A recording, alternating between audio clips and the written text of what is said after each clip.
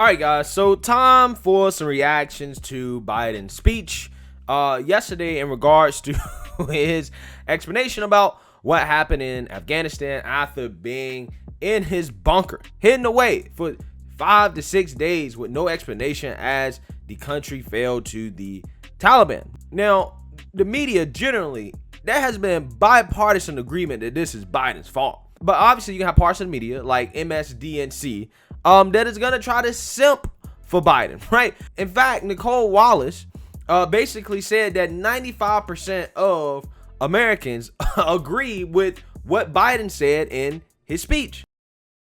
Well, I'm going to say two things, and both hard to say, but I'll say them anyway, because here we are. 95% of the American people will agree with everything he just said. 95% of the press covering this White House will disagree. And for an American president to finally be completely aligned with such an overwhelming majority of what the American people think about Afghanistan is probably a tremendous relief to the American people. So guys, I mean, I think that just looking at the social media reaction, I think that is just objectively false. 95% of Americans do not agree with what Biden said in his speech. Matter of fact, most Americans probably disagree with a lot of things that Biden said and how he actually handled the speech and his explanation for what's going on.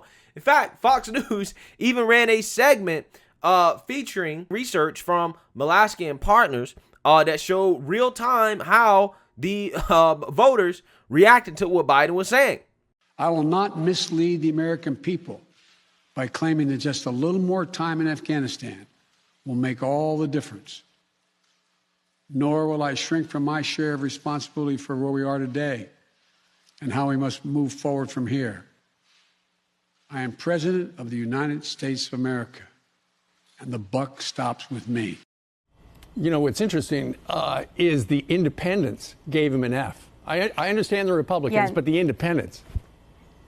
Yeah, you can see that. They were really disappointed with this. In fact, one independent said this, and I think this is really important. He said, I like the idea of not passing the war on to another president, but what he's wrong about is what people are mad about. We're not mad that he did it. We are mad instead that he pulled out the troops in this way and put them in harm's way. So the buck does stop with him, and people said he's going to be held responsible for this because he simply did this the wrong way. Democrats gave him a B on this. Independents and Republicans both gave him an F. All right. Here he is next, explaining the war in Afghanistan. I made a commitment to the American people when I ran for president that I would bring America's military involvement in Afghanistan to an end. While it's been hard and messy, and yes, far from perfect, I've honored that commitment. Well, he said it's messy, and Democrats gave him a C, which is one of the lowest grades he's gotten from his own party. That's right. You can see Democrats gave him a C, independents a D, and Republicans a F. Well, many people like the fact that he was honoring his commitment. Many people said he honored his commitment, but he failed in honoring to do it in the right way. It wasn't, again, that he did it. It was how he did it. How could he not have been prepared?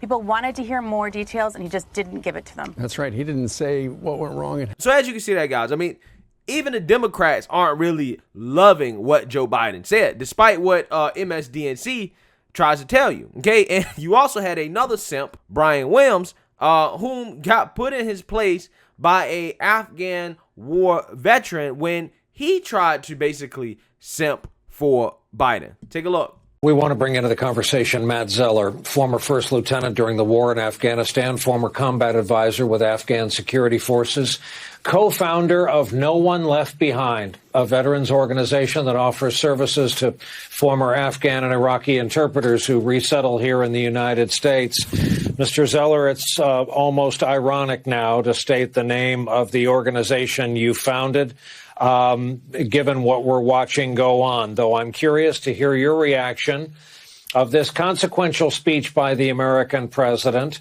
Didn't run from it. He owned it. He owned his decision. He owned the fact that, as he put it, the buck stops with him.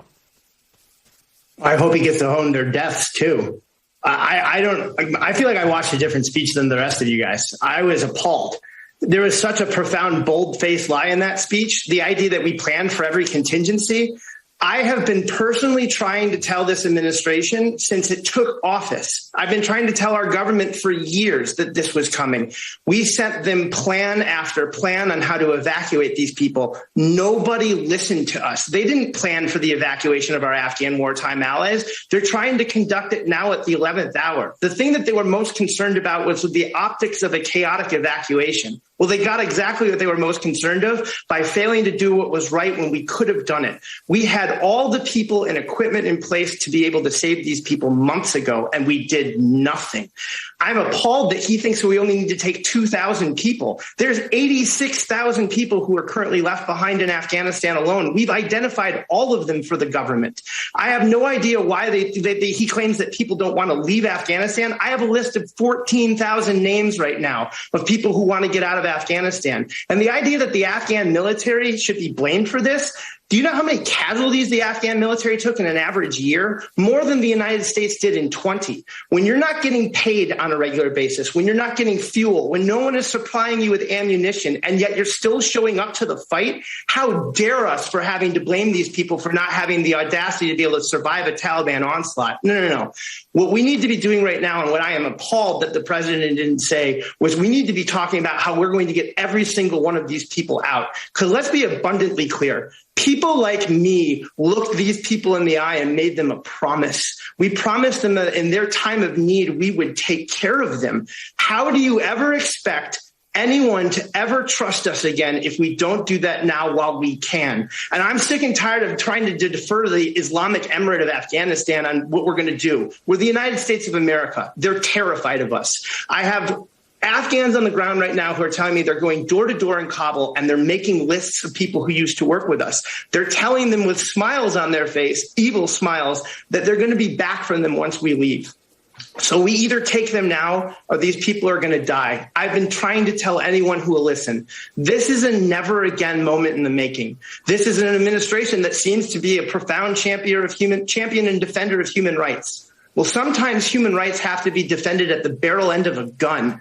The Taliban are a modern version of the Nazis. And if this was Dresden, do you think if this was Dunkirk, do you think British, yachting pilots, the British captains that were sailing their boats heroically into Dunkirk, do you think they were asking on the beaches if the people they were picking up were Brits or French, or do you think they were just trying to get people away from the Nazis?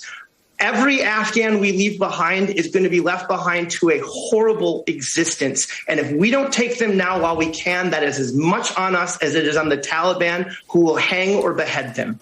All right, guys. So, Matt Zeller there, he brings up a great point, okay, about how, one, this is an embarrassment. Two, the fact is that we did not get out Americans, right, and those, innocent Afghanis fast enough, right? We didn't have a plan to get them out, right? Our evacuation strategy was terrible. Like, there's literally no excuse for why thousands of Americans should still be in Afghanistan during this crisis, right? There's no excuse whatsoever. And the fact is that we're in a situation where there are a lot of people that are in danger, right? Innocent Americans, innocent Afghanistanis who work with us, right, to help fight against the Taliban, whom still there and left behind because of the ineptitude of the Biden administration. Okay? So it's not only just disrespectful to them, it's also disrespectful to the thousands of soldiers who fought and died in Afghanistan. And it's funny because, as Biden wants to blame everybody else, Trump, the Afghan army, the president, all that stuff for what happened, he forgets that it was his decision to withdraw U.S. air support, right, and supplies from the Afghan National Army, right, which led to them being overwhelmed by the Taliban, because the way we train these guys, okay, the way we train the Afghan army is the way our military is trained. Our military is trained to fight using advanced technologies, right? So with air support, all types of tactical resources, things like that we withdrew from the Afghan army. And at that point, they basically were castrated because they didn't know how to fight. They didn't know how to fight without our air support, right? That was on Biden, right? That was 100% on Biden, which is probably a crucial part of the reason why the army was overrun in the first place, because we abandoned them. We trained them to fight with us, and then we abandoned them when they needed us the most.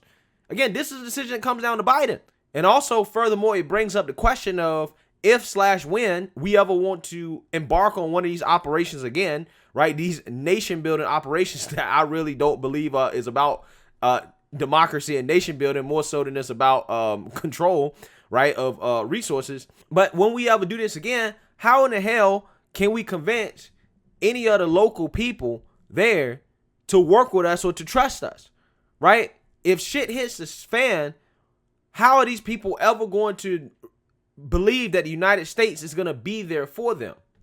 How are they ever going to believe that? The ramifications of what is happening right now is far beyond just the Taliban, right, taking over that country, right, and potentially Afghanistan becoming a center to harbor terrorism, right? Yes, that's obviously an issue, right? But furthermore, again, it's how can countries and nations across the globe ever trust our military, right? Because our military, at the point, I mean, we've been embarrassing ourselves. I mean, some of these generals don't have an explanation for the Taliban getting access to our weapons. We'll get back to them. So there's no U.S. actions being taken to prevent equipment from falling into the hands of the Taliban by destroying it or anything else? I don't have the answer to that question. You don't have the answer. General. Yeah. Right? They're also out here basically asking the Taliban to build an inclusive government. Additionally, the UN Security Council issued a joint press statement earlier today calling for a new government that is united, inclusive, and representative, including with the full and meaningful participation of women.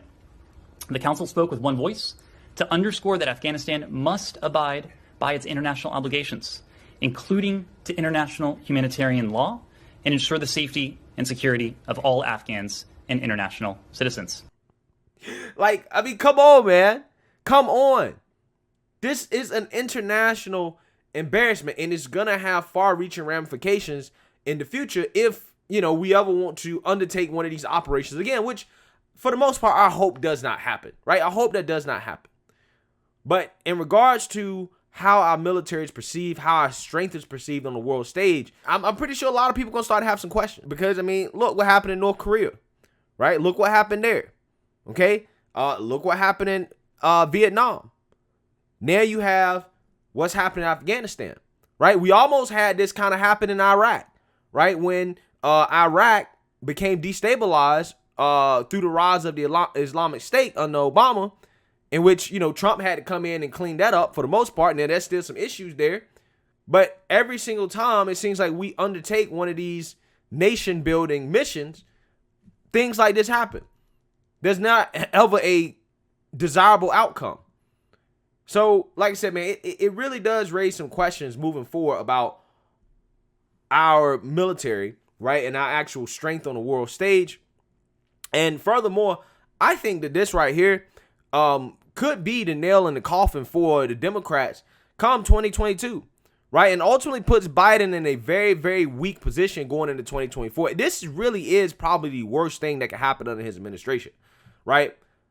I mean, that along with, I think, the inflation crisis, okay, along with the fact that Biden claimed that he was going to shut down the pandemic before he came into office. Now, you know, we have this resurgence, okay, even though he got a layup from Trump when it came to the vaccines.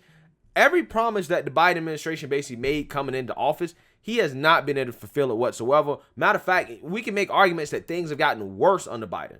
Significantly worse. Significantly worse. So, yeah, this is a disaster for his administration. I don't think his speech really did anything better for him, to be quite honest with you. I think most people do agree with pulling out. I think most people just disagree with how it was done. And I think that Biden will never really be able to live this down. And this will forever be a part of his legacy. It really will. So, let me know what you guys think. Make sure you like, comment, and subscribe. Most importantly, share a Black conservative perspective. Peace.